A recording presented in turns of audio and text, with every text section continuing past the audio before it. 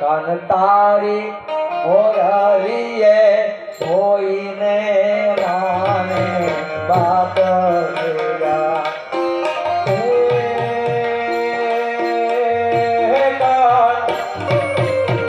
મેરા તારી મોરલીએ હોઈને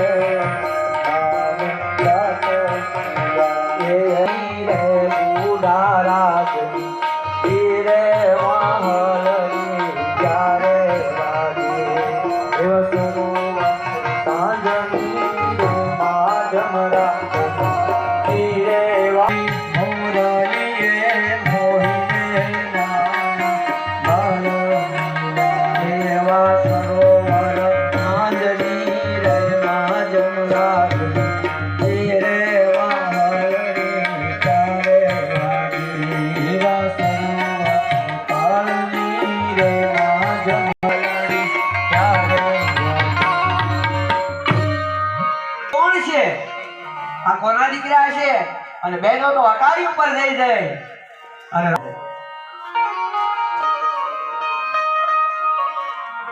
જનકપુરની સાહેલીઓએ અકાળી ઉપર ઉભા ઉભા થોડી ગુપસુપ શરૂ કરી. એક બેન કે જો તૂટી જાય તો કમસે કમ આપણા કામનો જમાઈ તો બને. તો આપણે વારા ઘડિયાના દર્શન કરતા રહીએ. એક બેન કે ક્યાં શિવ ધનુષ અને ક્યાં નાના નાના કુમળા બાળકો. અને એક સહેલી કે ભાઈ મેં તો એવું સાંભળ્યું કે આ ભલે નાના છે પણ ગુરુ વિશ્વામિત્રના આશ્રમની અંદર એને તાડિકાને મારી, એને સુબાહુને માર્યો, એને મારીશને ફણા વગરનું તીર મારી અને 400 ગાઉનો દરિયો ફેંકી દીધો. આ કોઈ જેવા તેવા બાળકો નથી. બજારોમાં ગયા તો વેપારી બધા સન્માન કરે, આવો આવો બેસો બેસો. દરેકની દુકાનોએ ભગવાને પગલા પાડ્યા. તમને અમારી બજાર દેખાડી. એક છોકરો લક્ષ્મણનો હાથ પકડે, એક રામનો. જો આ મારી નાની બજાર, આ મારી મોટી બજાર, અને આ સામે મંડપ દેખાય ને એ શિવ ધનુષ્યનો મંડપ છે અને એની અંદર જે ધનુષ્ય પડ્યું એ ભગવાન શંકરનું સાપ ખાલી ખાલી ભાષણ. વાહ બાળકો વાહ. એક એક બજારો, એક એક ગલીઓ આખા જનકપુરને મોહિત કરી રામ અને લક્ષ્મણ પાછા આવ્યા ગુરુના.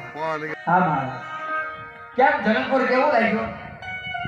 ત્યારે ભગવાન રામજી બોલ્યા કે જ્યાં વૈરાગ્ય જન્મ્યો હોય, જે ગામની અંદર યોગ જન્મ્યો હોય અને યોગી પુરુષ જેવા જ્યાં જનક રાજા હોય એ જનકપુરની વર્ણન શું કરું ગુરુ મહારાજ? ધીમે ધીમે સમય જવા લાગ્યો. એક વખત ગુરુ વિશ્વામિત્રે રામ અને લક્ષ્મણને કીધું કે તમે બંને ભાઈઓ જાઓ બગીચાની અંદર. પૂજાના ફૂલ ફૂટી ગયા છે,